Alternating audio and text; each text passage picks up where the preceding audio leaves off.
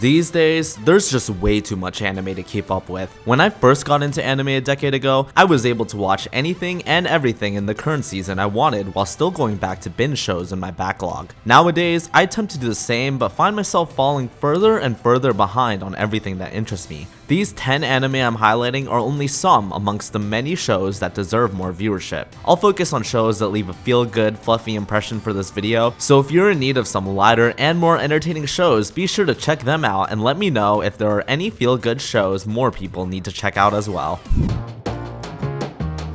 Castletown Dandelion is fun through and through. From the premise, story, characters, superpowers to the world, the show focuses on the fourth of 9 siblings in the Sakurada family, all who possess supernatural powers and are also heirs to the throne. All 9 are being watched by thousands of security cameras placed around town and are all competing to become the next monarch, which is done through public election. So their every move can help determine their rankings to become king or queen. Akane or MC possesses the ability to manipulate gravity, and a few of the other siblings' powers include teleportation, materializing objects in exchange for the loss of money it's worth, duplication, probability solving, and so forth. The siblings never go down a route of betrayal, but there is still some fun rivalry and wholesomeness the whole way through. And the anime utilizes its fascinating setup to make it a blast to watch. It is more lighthearted, but to be honest, I don't know why the show hasn't taken off further for this unique story, competitive elements, and slice of life moments. It has a little bit of something for everybody, so it's easy to recommend this show.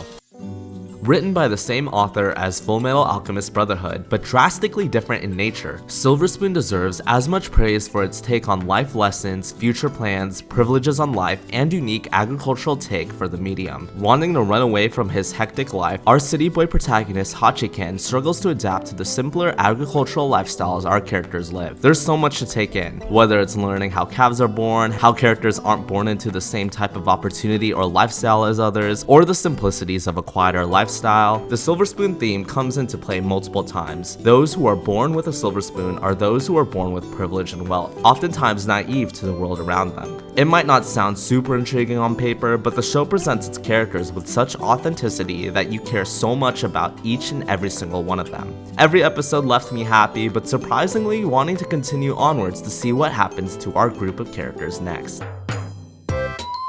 Even with all of the obscure anime I gravitate towards, Unite Up is even more underwatched and obscure than all of those. This is everything I love about the idol genre through and through. It might draw a larger female audience because of its largely male cast, but it doesn't lean into baiting that demographic by sexualizing or romanticizing any of the characters. Instead, this is a pure story about the debut of a new idol group consisting of recruited content creators, Prototype, and the other idol groups associated with the company, Jack Jacks, who started off as a band before transitioning to idols, and Legit, who are known for their dancing capabilities. We get story and backstories about all of their struggles, and the ending concert where everything culminates is the reward for following their journeys for so long. The posters for all idol anime always depict the genre as super shallow, but I've come to enjoy the stories that they can provide, particularly with this, the Love Live franchise, Idolish 7, and Idol Pride. Out of every idol anime ever, Jack Jack's songs are some of my favorite amongst the entire genre. Just listen to this. I love that each group in this show has a distinct and catchy sound to them, and I highly encourage anyone who is even remotely interested but may be doubtful about the genre's stereotypes to check this one out.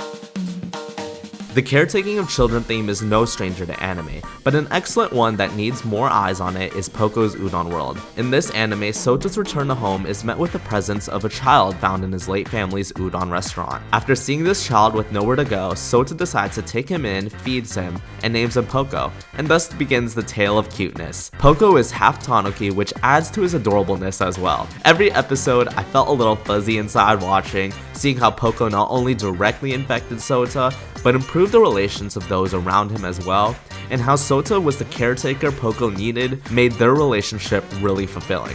It also has quite an emotional ending and story beats all throughout with Sota's family.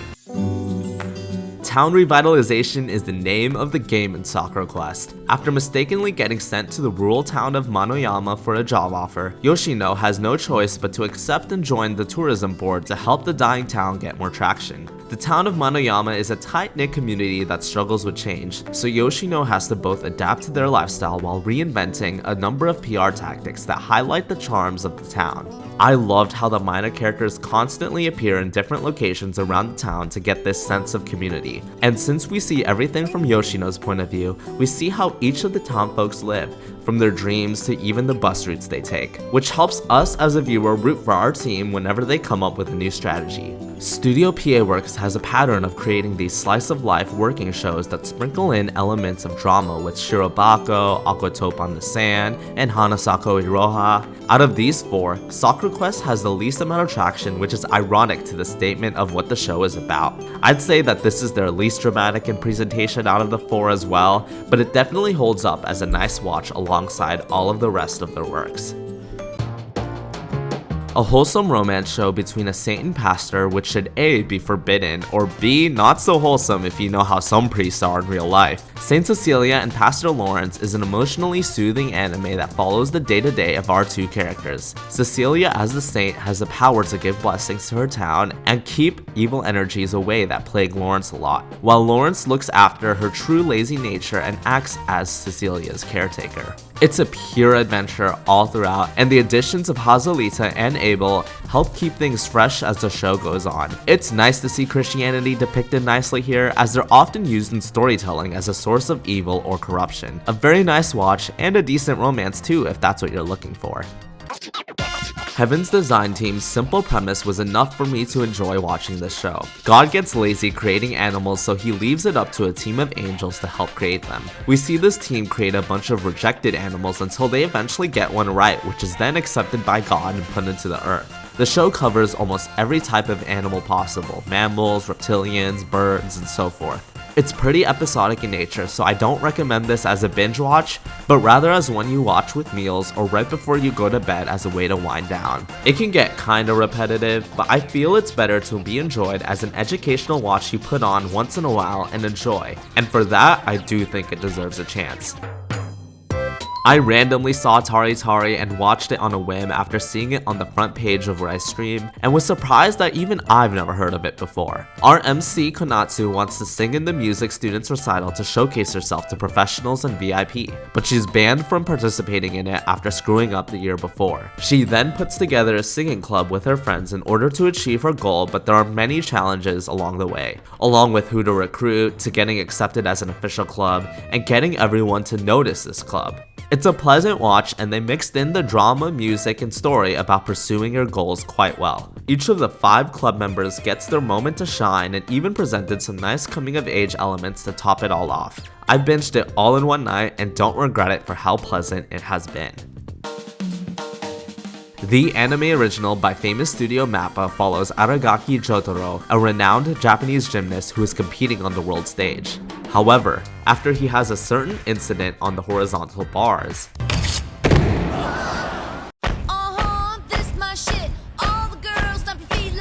his coach tells him that this is the wrong definition of tumbling, and thus tells Jotaro that he should probably never compete again. To which Jotaro says, Sin.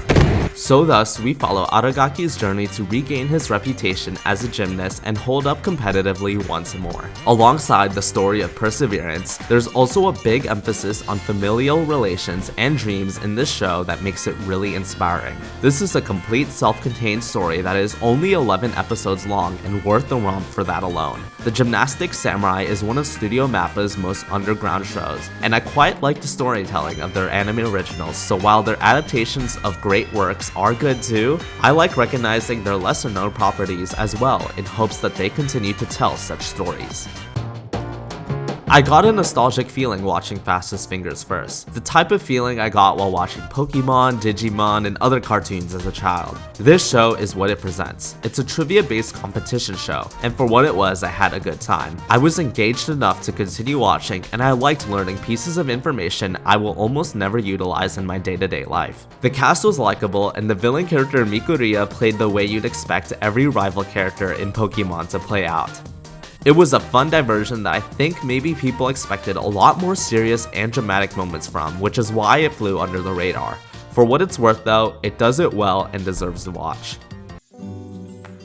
I absolutely adored Senryu Girl, and it's a romance that deserves much more attention than what it got. It follows the Senryu Club, which is a form of poetry that is 17 syllables long. Our main girl, Nakano, is mute, but communicates through these poems to convey how she feels, and our main guy, Eishi, is a delinquent who turns over a new leaf after discovering his love for poetry. Despite the way he comes off, he's a genuine dude and gets along with all of the other club members, and the relationship between him and Nakano is really wholesome and cute.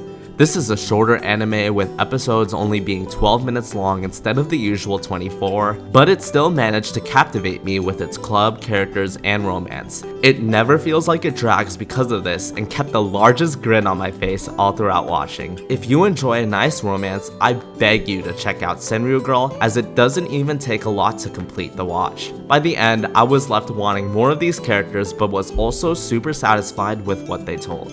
There you have it. I recommend these 10 anime with an emphasis on some of these if you're looking for a nice show that you maybe haven't seen yet. In particular, I really loved Silver Spoon, Castletown Dandelion, Unite Up, and Senryu Girl, but each of these shows has something to offer. If I missed any, be sure to leave them in the comments and let me know what other type of genres you want to see me highlight next. See ya!